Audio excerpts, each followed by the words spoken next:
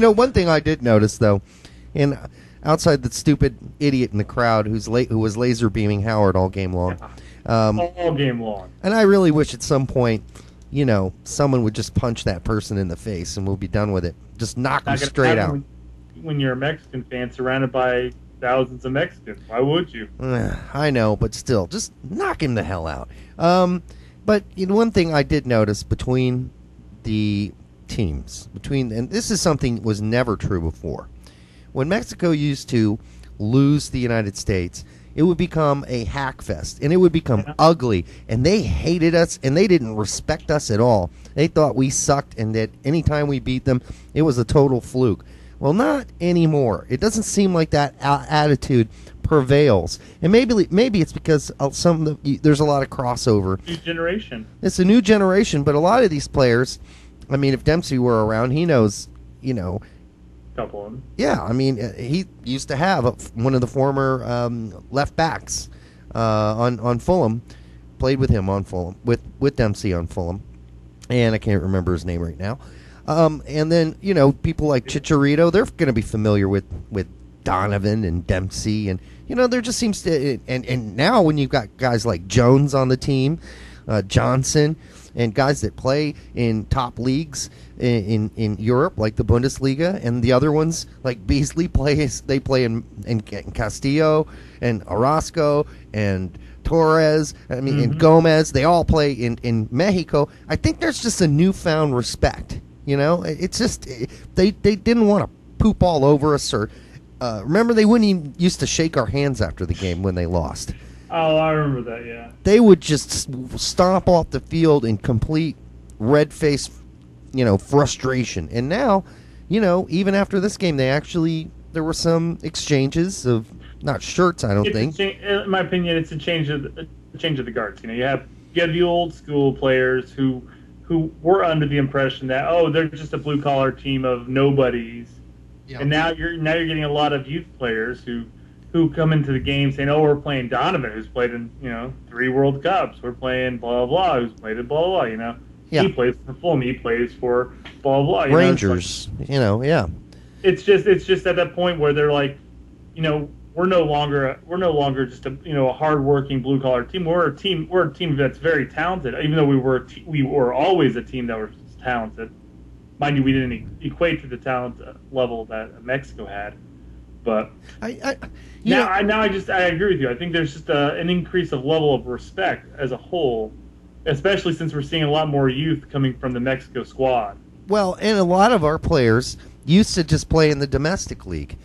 And we all know what the Mexicans, A, thought of our domestic league, A, and B, we know that they didn't know those players because they played in our domestic league.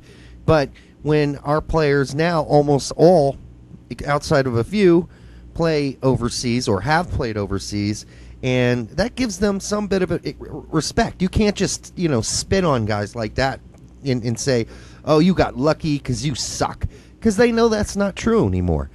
So there's some level of real respect there between the players. I don't think we'll ever see that between the fans.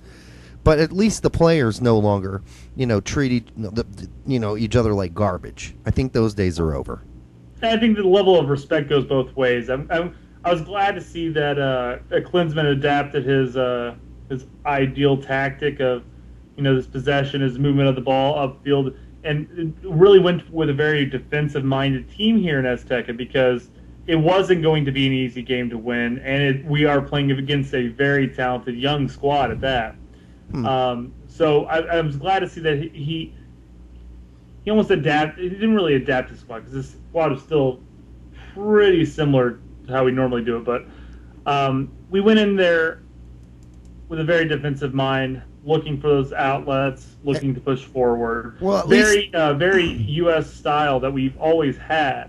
But what Klinsmann was saying, though, to that particular, he was saying he wanted us to do that for the first 20 minutes, and after that, 90 minutes. After that, he wanted us to go for it. We never really got to the go for it part, so it really wasn't his intent for it to be defensive minded the whole time. It just sort of turned out that way. Well, when you play a very defensive roster, it's hard not to play very defensive. Well, what do you mean? I mean, We had a team, we had a starting 11 that was very defensive minded.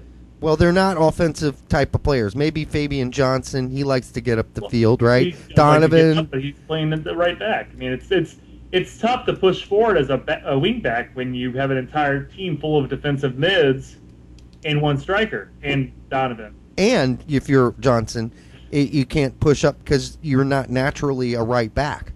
Yeah. And that's another reason we didn't see him streak up and down the right side like he does when he plays on the left.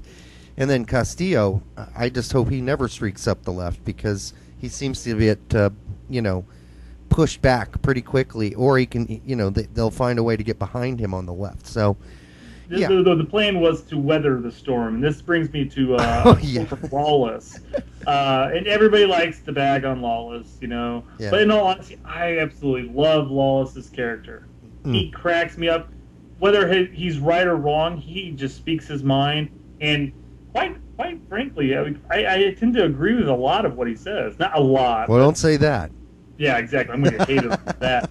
I agree with quite a bit that he says. And in this situation, there were two quotes during halftime that he had stated that I happen to agree with. The whole weathering the storm, it's not a new tactic because we've been doing this forever. Right. That's exactly what we've been doing under every single coach. We've been weathering the storm, and we take advantage of our opportunities when we have them. Right. So, I mean, there are some people out there that are really building this up, like, oh, that was a great tactic that Klinsmann threw out there, and it's not new. No, it's not new at all. That's what we've done forever. Yeah. Yeah. And the other thing was when they were talking about they're talking about all the success that Mexico's youth teams have had. The U20s, U17s, the Olympic squad. Yeah. They're like, is there a gap that's growing between the U.S. and the Mexican player pool? Yeah. And you had Casey Keller who came on there and said, "Oh no, there's no gap. They're just we go through ups and downs, and right now Mexico's having a surge of talent." And Wallace came on and said, "You know what? If there's a gap now, there's always been a gap." Yeah. And how could you not agree with that? I mean, Mexico's been very talented. They've always done well. They've always been deeper, way deeper. Yeah. And if there's a gap now, then there has always been a gap. So I don't know why we're talking about, oh, there's a gap growing between the U.S. and Mexico. No, that gap is the same. If anything, maybe the gap's closing a little. Maybe a little bit, yeah. And it's just. It's not getting wider. Not by any means. Yeah, no. The Mexico squad, the youth that's coming up right now is very talented. But we've always done well. Generally speaking, we've always done well outside of a couple of instances. We've always done well against Mexico. So who was that guy asking the question? It was the white hair guy, right? Yeah. Yeah. Well, that's what happens. It's a non-killer. The British guy, right? Yeah. The non-bald guy, the non-red, the non-ginger. He's the British guy, and why can't I remember his name? It's not. Well, anyhow, the whole point is sometimes, we have this propensity. We have to have an announcer with a British accent, but they also don't really have a great understanding of the history of the American team, and that's kind of noticeable when you have somebody saying that the gap getting wider between the United States. No. To be fair, I think he was just posing a question that everybody's talking about, anyways, and letting Keller and Lawless explain their take on it. Yeah. And those are two people that have inside information. They played with the U.S. national team. They see what's happening with our current U.S. national team, and they have a takeaway on it. Yeah. He didn't propose any yes or no. Where's the answer? Yeah. Well, and that brings us kind of to the last point, which Clint Dempsey wasn't there for the game, and he wasn't there for the first game of the Fulham season either. Apparently, he could have been called up. Yeah, I know. Apparently, he refuses to play for Fulham, which could be, a big mistake. And maybe it's not. Maybe this will all work out. But it doesn't seem like Liverpool are going to go after him. And why the hell would you want to play with them? They just got their asses kicked this weekend by West Brom, I think. And then, if you go play for Arsenal, that makes some sense because, they don't have any real. I mean, they played Lucas Podolski at striker, lone striker, or center forward this weekend. And, of course, they got out of there with a 0-0 tie. And the other team he wanted to play for was, or there was some serious interest from Roma. Now, that's the only one that seems to make any sense to me. But to hold out and not play, I guess that means you're sending a message that you're really serious that you want to move on. And you God damn it, you mean it. But it's not coming off real good in the press at all. No, it appears to me that he had flat out said that he wants to transfer, and it seems that Fulham are, saying, hey, you know what, if you want to transfer, we don't need to play you. I mean, is his bluff getting called, though? Maybe. Was he absolutely sure before he did this that there was real interest? Because all the reports say that Rodgers at Liverpool, they never really made an offer, and they are no longer interested.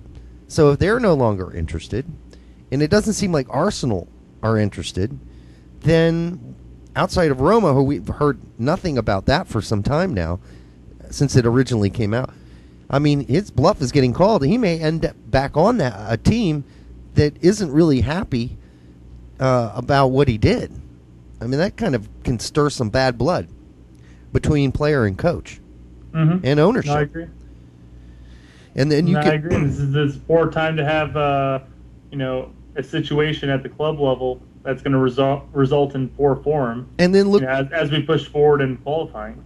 Exactly, and then look what happened. It's similar but worse to the situation Michael Bradley had when he was. I was going to bring that up too. Yeah. Yeah, and he was with Mönchengladbach. He asked for a trade. He didn't get it, so they said, "No, you're benched, and we have no future for you on this team." And then he had to wait to get loaned out to Aston Villa, where he barely got any PT, no playing time, and lost his starting role. I think he was only benched at Gladbach for like a game or two before he was loaned out, and I think that was he asked for the loan or the transfer because his club, the manager had stated that they're going to try something, they're going to go with something different, and that he's no longer in their plans. And then that manager, I believe, got canned like a couple games after Bradley got loaned to Aston Villa. And then Gladbach went on to become one of the best teams in the Bundesliga. Yeah, but you know what? In all honesty, it's worked out for the best for Bradley, in my opinion. Well, let's look at this. Arsenal tied 0-0. Liverpool lost to West Brom, and Fulham kicked some serious butt this weekend and won easily. It's week one. That's all I gotta say. Hey, I know it's week one, but you know what? This is a team, Fulham, who during Dempsey's tenure there, actually did play some European football. Now, was it the Champions League? No, but they played. They almost won the darn thing, if you remember it. Now, what happens to him? If they absolutely, Fulham has to get rid of him now because there's so much bad blood. He could find himself either in a place where he didn't necessarily think he was going to go, and not get much PT, or he could find himself riding the pine during the season for Fulham and not playing, not even dressing, asked to excuse himself. It wouldn't be the first time that's happened to a player. I don't know if it'd be overly smart for Fulham to pass up on the opportunity to transfer him. I mean, do you make an example out of him and avoid getting the transfer fee, or do you just go ahead and sell him? Well, they're saying they're not going to sell him for any less than 10 mil. Yeah. And I don't know. In all honesty, Gladbach wasn't willing to sell Bradley for anything less than 5 mil, and he went for less than half of that. Well, and that's why I'm worried that Fulham calls his bluff, yeah. and says and stands by this number. Because if they stand by this number, it is hard to imagine at this point, almost being 30 years old, that someone's going to spend $10 million